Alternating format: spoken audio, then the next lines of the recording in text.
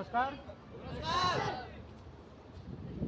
मैं महिपाल सिंह, पर्यावरण सुरक्षा संघ एक संस्था है जो इन्वायरमेंट सेफ्टी यानी पर्यावरण सुरक्षा के लिए काम करता है। आप लोगों के बीच में आने का मेरा मकसद है आपको पर्यावरण के प्रति जागरूक करना।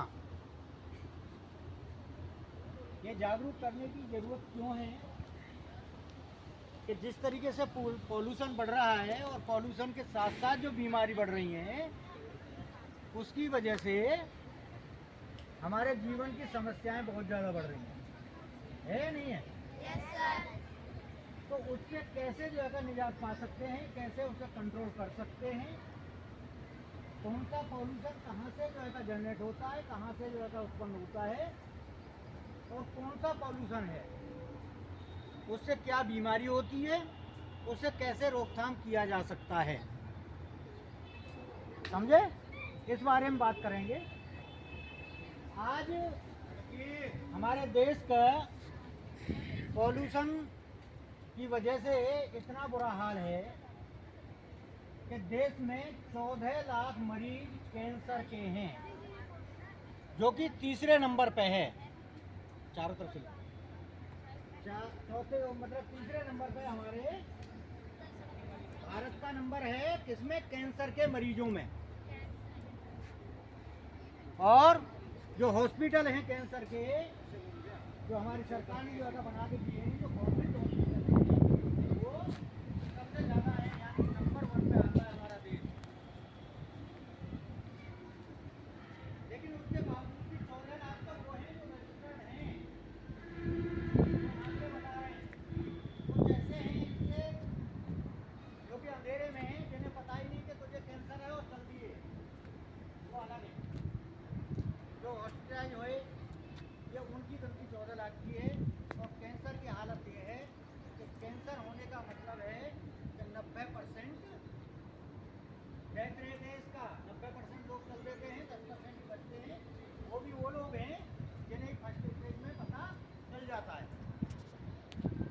2010 में जो हार्ट के पेशेंट थे उनकी संख्या में वो आज 3 गुनी संख्या है दिल के मरीजों की, हार्ट पेशेंटों की।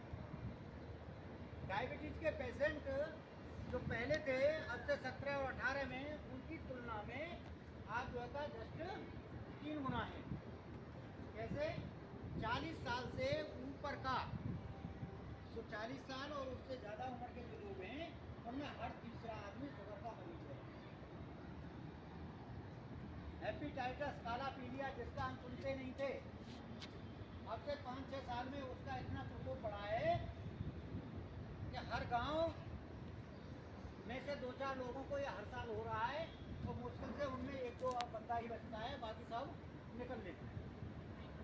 ये कंडीशन क्यों है? ये वजह है केवल पॉल्यूशन बढ़ने की। तो आप लोगों को जागरूक करने का हमारा उद्देश्य है कि आप लोग जागरूक हों और पॉल्यूशन न फैलाएं, या जो पॉल्यूशन फैल रहा है उसे कंट्रोल करने की कोशिश करें। समझते मेरी बात? तो पहला ये है कि पर्यावरण है क्या, जिसके बारे में हम बात कर रहे हैं। पर्यावरण की परिभाषा क्या है? पर्यावरण से हम क्या समझते हैं? इंग्लिश में डेफिनेशन बताऊं या हिंदी में, या दोनों में? अच्छा। All things biometric and non biometric surrounding us include us called environment. हम वो हमारे आसपास सजीव निर्जीव जो भी चीज़ें हैं और हम सबको मिला के क्या बनता है? पर्यावरण। याद रहेगी? ये पर्यावरण की एक छोटी सी डेफिनेशन है और ये आपको बहुत काम आने वाली चीज़ है। जो पर्यावरण पर निबंध आते 8वीं क्लास से शुरू होता है और 12वीं क्लास तक निबंध आता ही आता है, चाहे इंग्लिश में आए या हिंदी में आए। एक आपका समाजशास्त्र या जो अगर नैतिक शिक्षा होगी उसमें भी इसका क्वेश्चन आते ही हैं। और यूपीएससी जिसके आजकल एग्जाम चल रहे हैं उनमें से तो 15 से 20 क्वेश्चन होते हैं एनवायरनमेंट से रिलेटेड। और जब बैचलर क्लास में डिग्री जाओगे किसी भी डिग्री के लिए तो वहाँ पे ये अलग से एक सब्जेक्ट होता है एनवायरमेंटल स्टडी, वो आपको क्वालिफाइड करना ही है। अगर जो उसे क्वालिफाइड नहीं किया तो आप जो है बैचलर की डिग्री नहीं दे पाओगे। ये मेरे ज़माने में नहीं था, शायद तो मैडम के ज़माने भी ना हो, आपके ज़माने में ना हो सर, लेकिन अब कंपलसरी है। सर आप कुछ नहीं जा रहा तो ये हुआ पर्यावरण। जब पर्यावरण शब्द आता है तो पर्यावरण का मतलब क्या है? प्राकृतिक आवरण। ये सीधा बिल्कुल क्लियर शब्द आता है क्या? प्राकृतिक आवरण। और प्राकृतिक आवरण क्या है? प्राकृतिक शब्द कहाँ से आया है? प्रकृति से। और प्रकृति क्या है? इसकी परिभाषा क्या है? प्रकृति की परिभाषा क्या है? प्रकृति की परिभाषा है, प्रकृति एक पंच तत्व का समन्वय है। पंच तत्व कौन कौन से हैं? भूमि, गगन, वायु, अग्नि और नीर। और इनको अगर जो अलग अलग तत्वों को भूमि, गगन, वायु, अग्नि, नीर, इनका पहला पहला अक्षर दे दिया जाए तो भा से भूमि, गा से गगन, भा से वायु, आ से अग्नि और ना से नीर। क्या शब्द बना? भगवान। यानी प्रकृति क्या है? ईश्वर है, भगवान है।